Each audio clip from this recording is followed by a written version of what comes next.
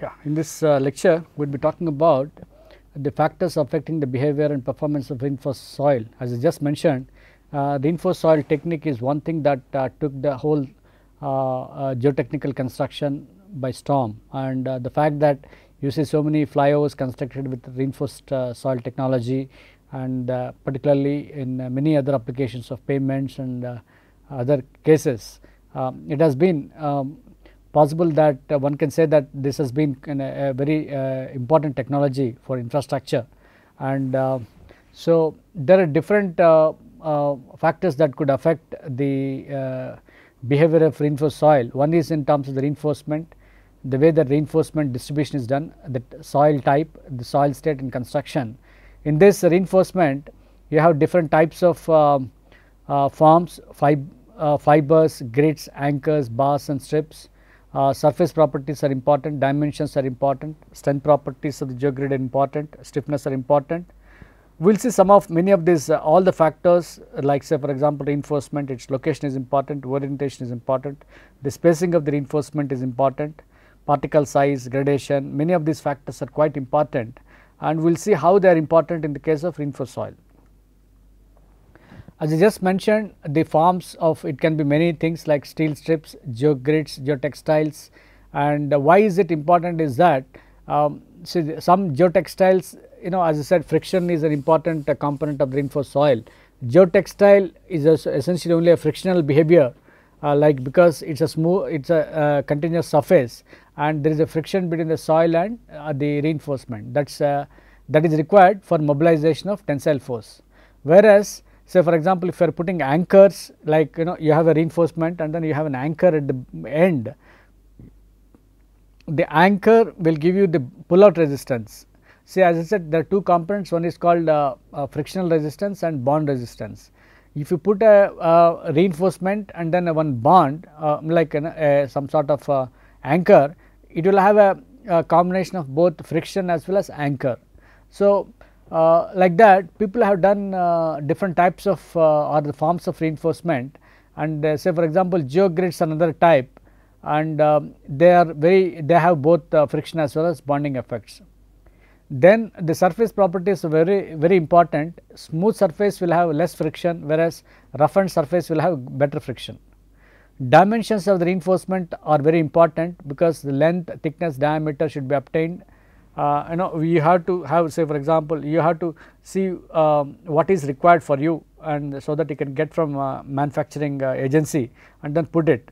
They come in some standard lengths. Stiffness is also very important. Okay. So forms of reinforcement, as I said, it can be a strip, it can be a sheet, it can be a grid, like I will just show you. Then it can be an anchor, like you have a reinforcement, you can put an anchor inside. You can be just a simple bar like a reinforcement bar. It can be, like as I just mentioned, it can be a geogrid. This is most of the time we use it for reinforced slope applications or retaining wall applications. This was use it for bearing capacity and pavement applications. Like see, the thing as I just mentioned, here this is a geogrid, and this is a direction of axial force, and there is a contribution of grid. There are two things here. The interaction takes place between the soil to soil, like here say shear between the soil and plane surface, like here you have. Then you have bearing also like this, like you can see that when you pull a reinforcement like this, the resistance is along this line, and also like this number of bearing elements are there. Okay. So there are, say for example in this case, in this meter length there are 1, 2, 3, 4 materials that are providing bearing. So this is something like this, like say you have a spacing here, you have a B here, and so if you apply a force, there is some sort of bearing resistance that is mobilized, and to satisfy this roughness to be fully rough, it's there is a simple relationship that is given in terms of this simple equation. So the shape and the form of the reinforcement is quite important. Then dimensions, actually the way that we design is that we just first get some required strength and stiffness from design, and say we try to check if it is available. Say for example, tensile strength is say 30 kilonewton per meter, and we should know what length it is available, because I need, if 7 meters is the height of the retaining say for example 10 meters is the height of the retaining wall, 0.7 times is the length of the reinforcement required. So, 0.7 times the height will be the length of the reinforcement at every point, and then you also know the spacing. So, I will know the total quantity of the reinforcement required, because you must be able to optimize on the dimensions actually. Essentially, if you get lot of material, you should be able to say for example, you should be able to optimize them. And another important thing is you can even see, the other day just I was mentioning, you have a geocomposite also. Geocomposite means it has a tensile properties as well as drainage properties also. So, depending on the application we must be able to, so but then it may come in different shapes. So, many of these things they come in rolls, and you need to have how many number of rolls are required. So, for example, if you ask a company, he will ask you, sir, how many rolls you need. He will not ask you say for example, what is your design and all that. He would be only interested in something some numbers of rolls required, and also he will give you what application, what are the, say for example, if I say I have a reinforced soil application for a retaining wall, he will give you all that retaining wall specifications using their product, and also how to install the product in the field using for their product, and what is the care you should take, all that he will give. So, essentially this is a function of dimensions. So, the design is one should be careful, and also one should be able to optimize, because you should not waste too much of materials also. I will show you later an example in other class, in the subsequent classes, of how it can be optimized. Then stiffness is a very important parameter, like we have two types of thing, geogrid is somewhat stiff, geotextile is flexible, whereas a steel reinforcement is very stiff. So, the stiffness is required for strain mobilization reinforced soil structure. The stress strain characteristics of the reinforcement are linear, we know that, whereas the soil are of non-linear in nature. For a stable condition, the strain developed in the reinforced soil as a result of interaction between the soil and reinforcement needs to be less than those mobilized in the soil alone. So, for example, why you are putting the reinforcement in the soil is essentially to reduce the strains, because lot of strains are taken care of by the reinforcement and not the soil. So, that way what you are expecting is that there is no slip between the soil and reinforcement. Say for example, if you apply some load, now strains are mobilized both in soil and reinforcement. Okay. So, they must work together, like they move together, like soil should have some strain, and the reinforcement also will have the same strain, because it is what is called strain compatibility. Okay. So, we say that there is no slip that occurs. So, this is a very important concept, and so we calculate the corresponding stiffnesses. Soil can be very less in stiffness, but reinforcement is very good in stiffness. Both of them together will give you the composite stiffness. So, that how much of stiffness is there from reinforcement, in fact is a very important point, like E value, right. This is what I just mentioned. It can be a very flexible one like a geotextile, it can be a very stiff one, it can be like a this is a geogrid, it could be a steel reinforcement also, like steel is very stiff, and that helps like as I said, the other one I was talking about the state of the soil also. I was telling about the strain compatibility earlier, where the this is a loose soil, this is a dense soil, and actually this is available force in the reinforcement, because the available force in the reinforcement, the stress strain curve is very steep in the case of a stiffer material, it is like this, and it is all of them like this, but in the case of loose soil or a dense soil there is a difference. So, when they strain together, then the possibility is that, as I just mentioned the other case, like you take this case, in the case of dense material the strain required is quite less, whereas in the case of loose material the strain required is quite a little more, right. So, this is what I was just mentioning, that this is an important concept. Say even you can take the other way, that say So, this is an important concept in terms of understanding what is the strain required and all that. This we will see some more information on this. Why this is very important, because it is very useful to determine the magnitude of tensile strain that develops in the soil and the reinforcement to understand the equilibrium condition. This is useful to ensure that the design values for the reinforcement and the soil resistance can be realistically mobilized together, and the equilibrium can be achieved with the acceptable level of deformation of the structure. What you are looking for is that, say for example, in the case of the compaction is very good, say like then definitely you have a behavior like this, dense material behavior like this, and you can expect that you have the available force in the reinforcement. You have a, say for example, a stiffer reinforcement, it is like this. So, you have a denser material, so you have a force which is quite good, stress in the reinforcement, right.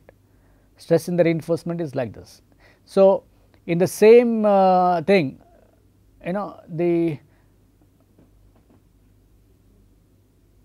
this is one thing, okay, fine. So, reinforcement distribution is another important factor. We have seen that, say for example, if there is a load applied on the footing and failure planes develop like this. So, you put reinforcement in the horizontal direction. So, the possibility is that the reinforcement will intersect the shear planes, and then it increases the bearing capacity. So, the location, it all depends on the type of failure. Say for example, in the bearing capacity you can just put below the foundation level, but whereas in the case of reinforced slopes, for example, if the failure is occurring like this, you put like this, right. So, once you put, say for example, nailing, you can put like this, and then it prevents the failure occurring. So, location, spacing, orientation of the effect of behavior, they are quite important, and what we have to see is that the reinforcement should be placed in the direction of tensile strains. Like as I just mentioned, you apply some load and a block moves, there is a tensile strain mobilization in this direction, the compressive strains are mobilized in this direction, and that is the way one should see that. And then optimum spacing should be chosen for maximum shear strength, like one should be really judicious in this. And as I just mentioned, I was talking about the orientation the other day, that like I just gave you this simple expression, which is nothing but the strength in reinforced soil because of the orientation, like sin theta plus cos theta into tan phi, okay. This is what I just discussed, and it is a, like you can see that if the orientation is at an angle say 30 to 60 degrees with respect to its the failure plane, this is a failure plane, right, in a direct shear box, say for example. This is a direction, so this is 30 to 60 degrees, if it is there, you are getting a very good effect. What it means is that if you want to get a maximum effect out of the reinforcement, you should be able to incline the say for example the reinforcement in the in that angles. So, you take the case of a bearing capacity application, the failure surfaces develop like this, and if you put a reinforcement, the angle at which the this particular angle is about 30 to 40 degrees in the case of bearing capacity. Even in slopes also roughly it is same, and the fact is that you can see that between 30 to 60 degrees little flat it is it not? So, it is a very important advantage that so for many of the soil engineering applications, if you put a reinforcement, this is a very useful thing to apply for increase in bearing capacity, slope stability and all that, because it is naturally the way that we put geotextiles or geogrids is giving these angles, okay. You do not need to really do something else to really get these angles. See, because the moment you apply load, the failure surface are developing like this, you are just putting a geogrid, and if you really understand what could be the probable failure surface and what could be the angle, it will be in this range, and definitely you can be very sure that it is going to be effective. The other one that I would like to highlight to you is that if the reinforcement is in the direction of tensile strains, okay, like this is a very important concept here, like if the reinforcement is placed in this the same direction, you will have a very good effect, but then other point is that there what is called bonding. See, there are two things that we need. One is that reinforcement should be very force should be developed well in the reinforced soil, that is only possible when it is in the direction of tensile strengths, and the other one is the bonding. See, this is actually pull out resistance. This is like you have a reinforcement here and there is a maximum stress acting on this thing, and if you pull out like this, what happens is that if a maximum stress is more, then you can't pull out, right. So, from bond considerations, I want to give a simple example. If the angle at which the bond is going to be maximum is 90 degrees actually. So, if you apply a vertical load, the bond resistance is very high, okay. But that is actually the preferred direction. See, this is a reinforcement direction. If you want to get the maximum benefit out from the bond, the vertical load should be applied like this, the sigma maximum stress should be applied like this. So, it is 90 degrees, right. So, that is one thing. The other thing is, if tensile force is in this direction, or the tensile strength reinforcement is going to be very effective. So, here the angle is 0 in terms of the tensile strengths, and in terms of the bond it is 90 degrees. Like if you want to get a very good bond, you should have this angle as 90 degrees actually, okay. Though I am showing you some angle here, the angle ideally is 90 degrees. Here if it is want to be in the direction of tensile strengths, it is just 0, but both are not possible. You have a in between angle, say for example 45, 30 to 40 degrees like you have here. So, which means that there will be a small correction, lesser it is not either in the direction of this to get the maximum benefit out of the tensile action, or it is not in this direction to get the maximum benefit out of the this bond action. So, still it is in a via media which is somewhat reasonably satisfactory. So, what you should do is that the increase in shear strength will be slightly less. The only consequence is that it will be, you may say that you will get a maximum effect like this, but this because of this small minor things, there will be a minor reduction, that is it. So, that is what we should understand. So, these are all in terms of the orientation effects, okay, in terms of the reinforcement. So, spacing of the reinforcement is a function of the forces that need to be resisted, compaction thickness, etc. What it means is that you have a earthquake force or you have some horizontal force that is coming up. Now, you have the friction between the soil and reinforcement should act in the opposite direction. So, higher is the force, higher is the space, lower is the spacing required.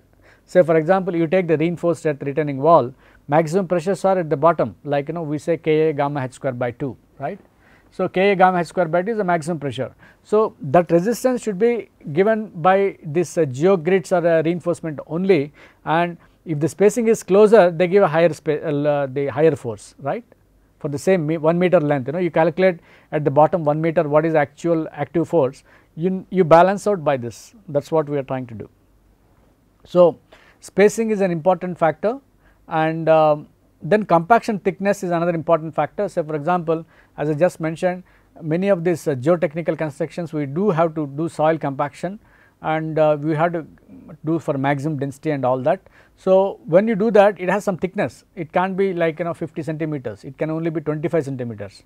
So, you have to place in terms of, say for example, if I get a spacing of 50 centimeters from force considerations, I have to use 2 lifts, like 25 centimeters one lift, 25 centimeters one more lift, put a geogrid or a geotextile.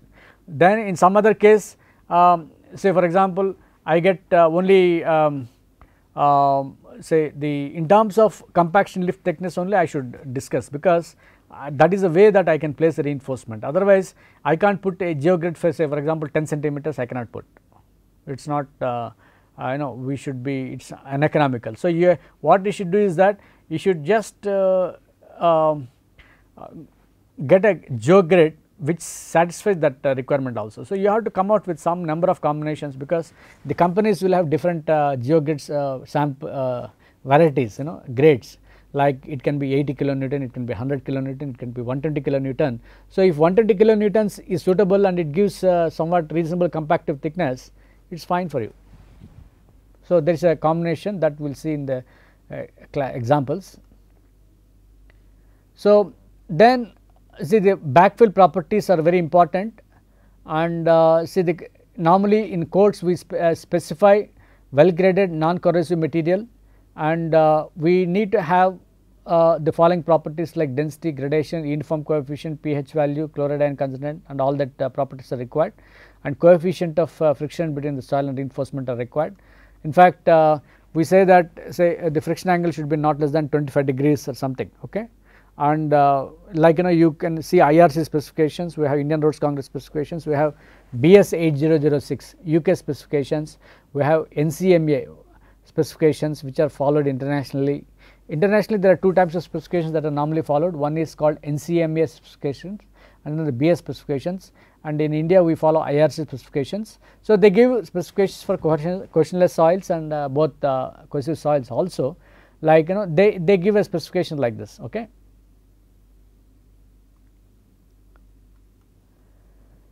Like say for example, what it means is that the sizes it can be 100, the size sieve size should be at least 80, sieve size that gradation the material 65 to 100, 45, 15. So, it depends on that. So, the drainage purposes we know that the coefficient of uniformity D60 by D10 right should be acceptable more than 5. Properties such as all these things are also important, and the effective angle of internal friction of the cohesion layer should be more than 25 degrees. Friction between the fill and the reinforcement elements is an important property to characterize interaction between the soil and reinforcement, and normally we measure from direct shear tests. As I told you that there are a number of tests that one can do. We discussed that how it can be done. We have to subject it to 3 normal stresses and pull out the you can shear the reinforcement across it. So, you will get right, and sometimes there is a tendency for if sand is not available, then there is a cohesive soil is also acceptable, but then there are some requirements that it should not have too much liquid limit and plasticity index. There are some specifications that are given, and again all of these things are standard. Say for example, you should find out C and friction angle and all those parameters and make sure that that will not lead to any other difficulty. Say for example, you can't take an expansive soil as a backfill material. You have to choose a backfill material that has a small cohesion and also gives enough frictional properties, okay. This is what I was just mentioning. For example, a simple example that I thought I should show you, that this is a type of reinforcement that they are trying to place here. In this case is a steel strips, okay. It can be even there are many types of materials here, and then this is the way that it is done, and after that it is compacted. You can see how nicely it is there, layers and compacted. So, once the sand is the material is dumped, it is called backfill material, right. So, this backfill material should be in placed and compact in layers, and heavy equipment should not be coming to 1.5 meters of the wall face. Say for example, this is a wall face, you should not bring in any of the heavy equipment here. It should be only limited to this side, because if you have lot of lateral, because of the compaction, if you induce lot of lateral pressures, the facing will get disturbed, okay. Then there is also some specification that it should be 95% of the standard compaction and all that, and the water content also we have a specification. One should be very careful, one should follow these specifications very strictly.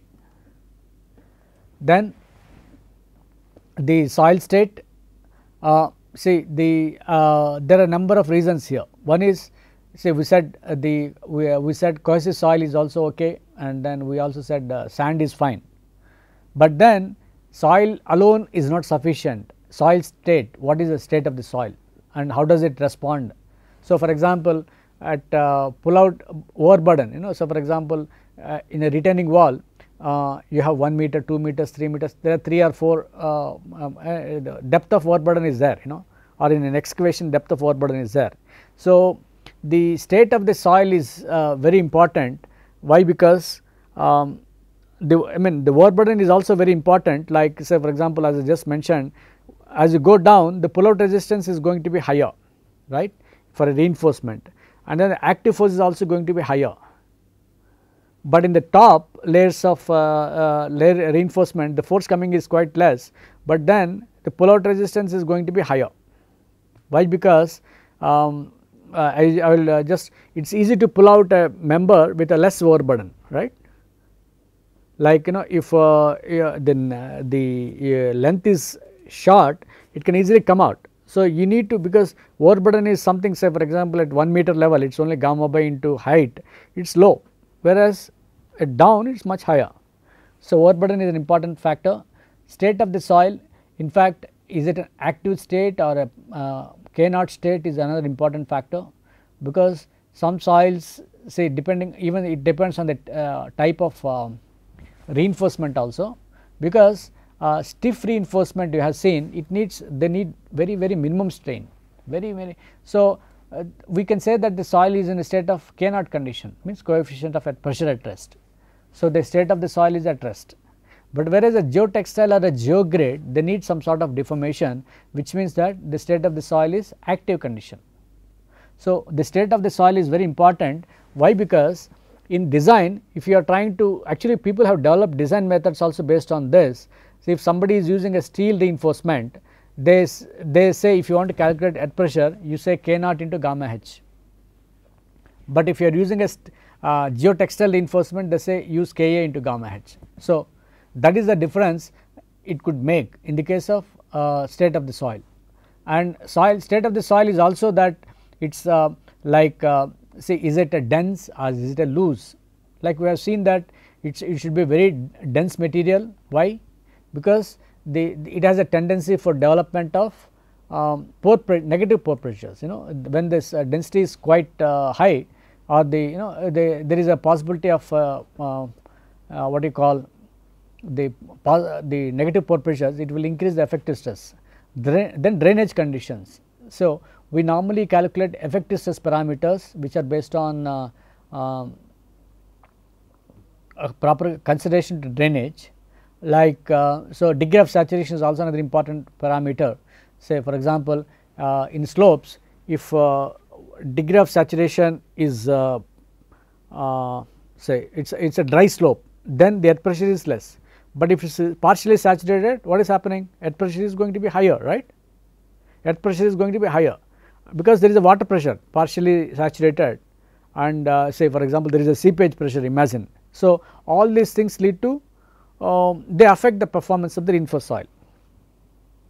As I just mentioned, the state of the stress in the reinforced soil needs to be known to assess, also to know the earth pressure distribution behind the retaining wall. So, earth pressure, how do you do that? It is Ka into gamma h. We assume that it is a hydrostatic distribution, in fact, is it not? We assume that the pressure is hydrostatic, like it is like a water force acting. Okay. So, these are all some typical stress strain curves that we see in the case of TESS. So, this is in the case of a peak, the dense material stress strain curve is like this, loose it is like this, you have a similar response here. Okay, like essentially this is a pore pressure response, and this is a, in the case of drain test, this is a volume change. Okay. These are typical stress strain responses that one should understand, and one should get these effective stress parameters from triaxial testing only. Why I am asking is, in a direct shear test we can't measure effective stresses. If there is a provision for measuring effective stresses in a direct shear box, it is fine, but normally we conventionally use triaxial testing, right. Then there is another thing important I would like to highlight to you is that the stress strain curve we have seen of the soil is like this, loose sand it is like this. If you have a reinforcement, it will be like this, much steeper. Okay, it will be like this. If you just plot the reinforcement combined soil plus reinforcement, it will be like this, much higher than any of these two, because it takes the load, right. So, why is it is going to be effective?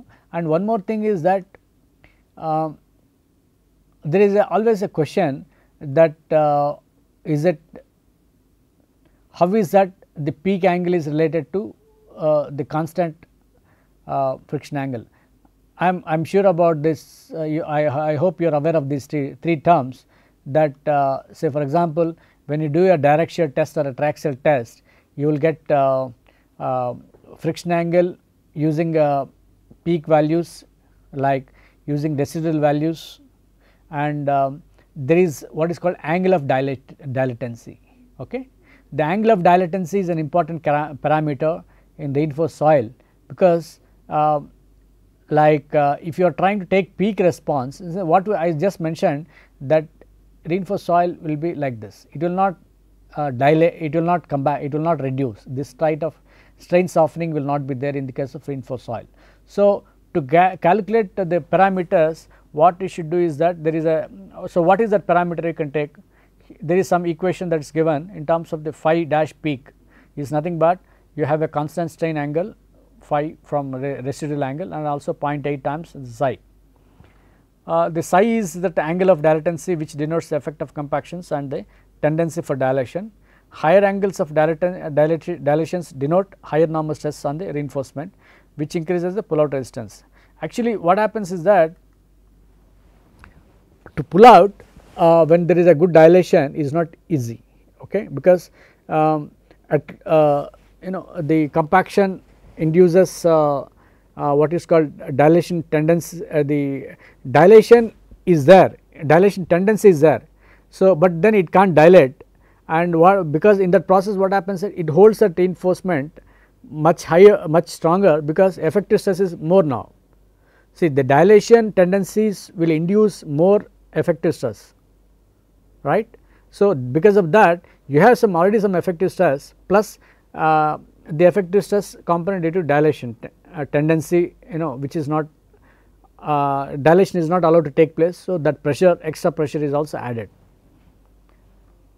Then there are some important variables that we should see, like so we have discussed about the type of reinforcement, the reinforcement and its types, then its distribution. We talked about the properties of the soil, like we should be loose or dense, or it should be clay or sand and all that, and we also discussed about its orientation, and we also discussed about its some more other features. And I must tell you that construction factors play a very significant role in reinforced soil. Why? Because technique, it is a technique actually, the way it constructed is an important thing. If you do not construct a technique, they implement the technique properly in the field, then the possibility is that it may fail.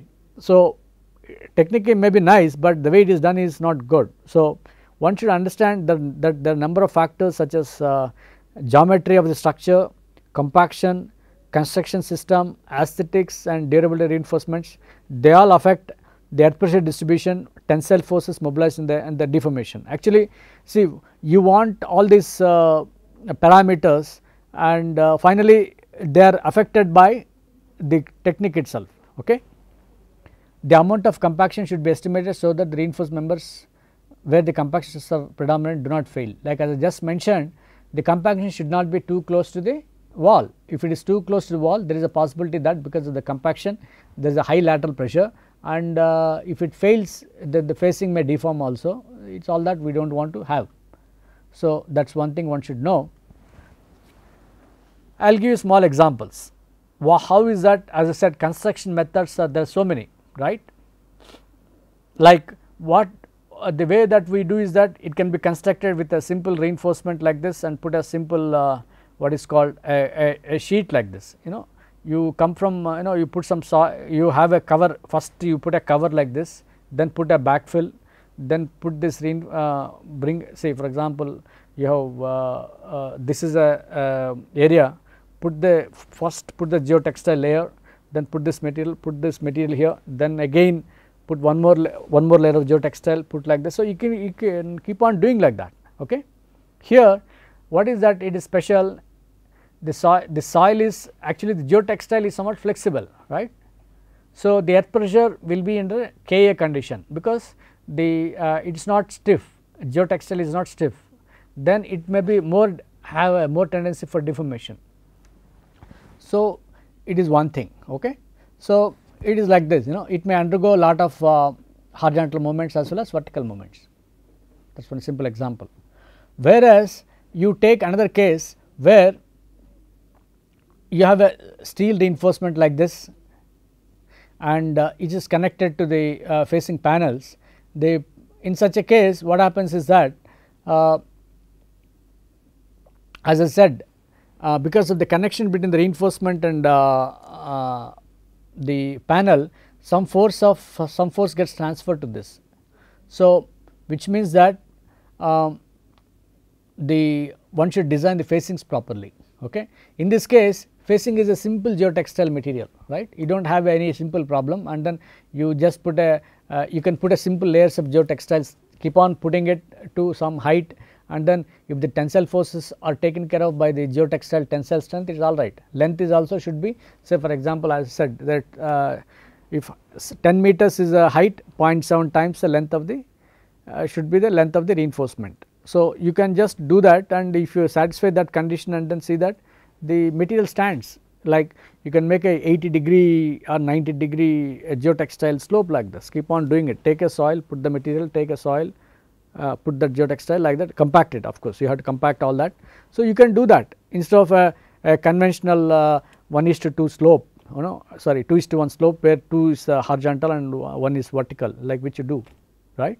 In a embankment problem, we do that, we need a 2:1 slope, which has because a slope factor of safety is cannot give you that steeper slopes, but here with geotextile you can achieve that steeper slope. What is happening here is that the difference is the material the way it is done, you know, geotextile. So, the way it is constructed is an important factor here, like so you have different types of joints also, like, you know, this is actually the way that is done. In fact, in the field the way it is done is that, yeah, it is like, you know, you bring that facing panel. See, you construct first half panels like this is one half panel, this is one half panel, this is another one, then you put the next one, they keep on doing, you can observe them in the field. I would like to just illustrate some of these important points with reference to a case study that we did. This is our own underpass at University of Science, and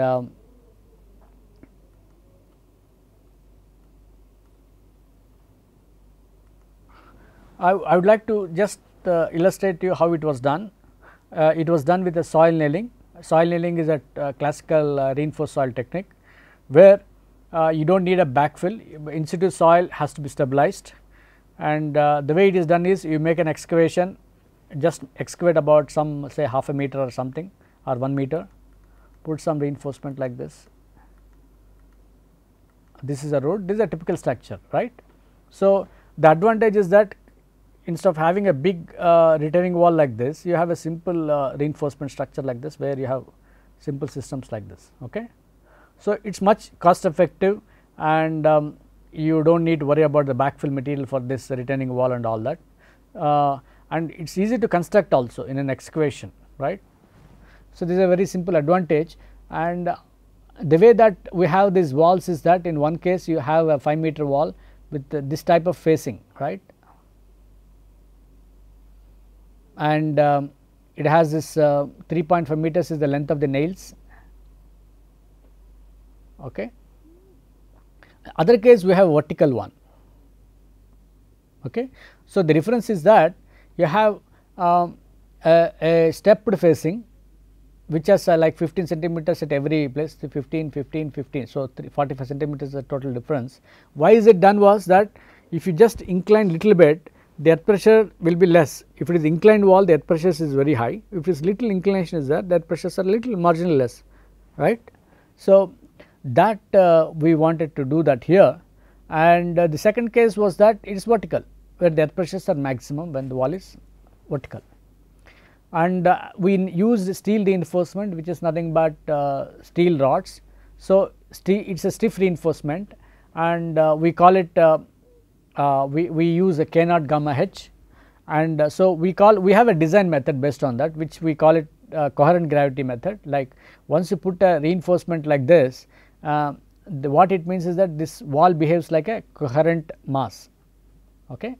That is why we say that it is a coherent gravity design method. So, Actually, you can design this the way that I told you, like how to calculate earth pressure K naught into gamma h, and see that is earth pressure acting, right.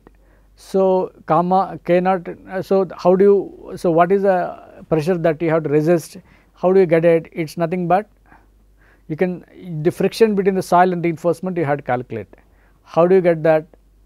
T you should get, tensile force in the reinforcement. How do you get?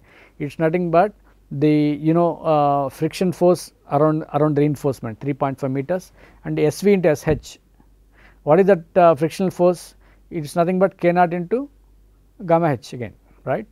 So that that's earth pressure is coming. So you have to calculate the frictional force and see that the spacing and vertical and horizontal spacing are in such a manner that the tensile force that is there is transferred back to the system. So there is a net pressure that is coming here. If you put reinforcement like this, there is a friction develops. So all that force is again transferred back to the system. So that is what we do, and if you want to analyze that, conventionally we can design it, like as I said, we have some rules where it should be some based on that earth pressure you can calculate SV and SH, and length is also it should be 0.7 times h. That is what you can see, what is the length here, 3.5 by 5, 0.7 times. So but if you want to analyze that properly, we have to do a numerical simulations only, right. For that we have done it here, like the cohesion is about, varying cohesion is there, friction angle is 25 degrees, unit weight and all Poisson's ratio is all there, E is 20 MPa, nail properties is a 20 mm diameter, length is 3.5, spacing is 0.5 in one place and 0.4 in another place, modulus of the steel is this much, RC spacing we have, and these are all the properties. So once you do that, how do you understand the effects of construction here? Let us see that. Actually, so the maximum, see the thing is, the way that, see in a numerical simulation, the way that we do was that you just excavate a bit and then put reinforcement, right. Excavate excavate the soil and then put reinforcement. So same thing can be modeled also in the numerical analysis, that you excavate and allow it to equilibrium, in the flak or finite element analysis. If you just see that, what happens, then shear contours will strain contours will develop and all that, and you can calculate what should be the keep on doing the same, put reinforcement, and what is the force mobilized in the reinforcement. You can calculate what is the tensile force mobilized in the reinforcement, also you can calculate. You can see that, say for example here it is when you excavate up to -1, there is something like minus 2 kilonewtons, then you come to -2 or -3 or -3 meters, like that, there is some change, is it not. So what is happening is that depending on location, like the though the design is based on the same lines, depending on the location, because the small changes in air pressures are there and C values are also different, so you can see that the pattern of tensile forces is different, okay. It is not like a triangular or something like that, it is not a, like we assume some, what this, we will see that. So this is another one.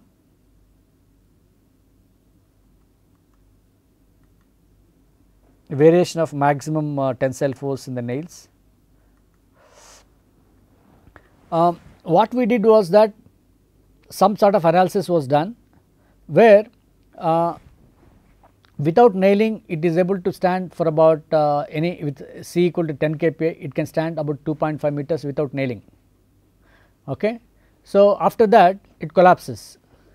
So then what is the depth at which it collapses?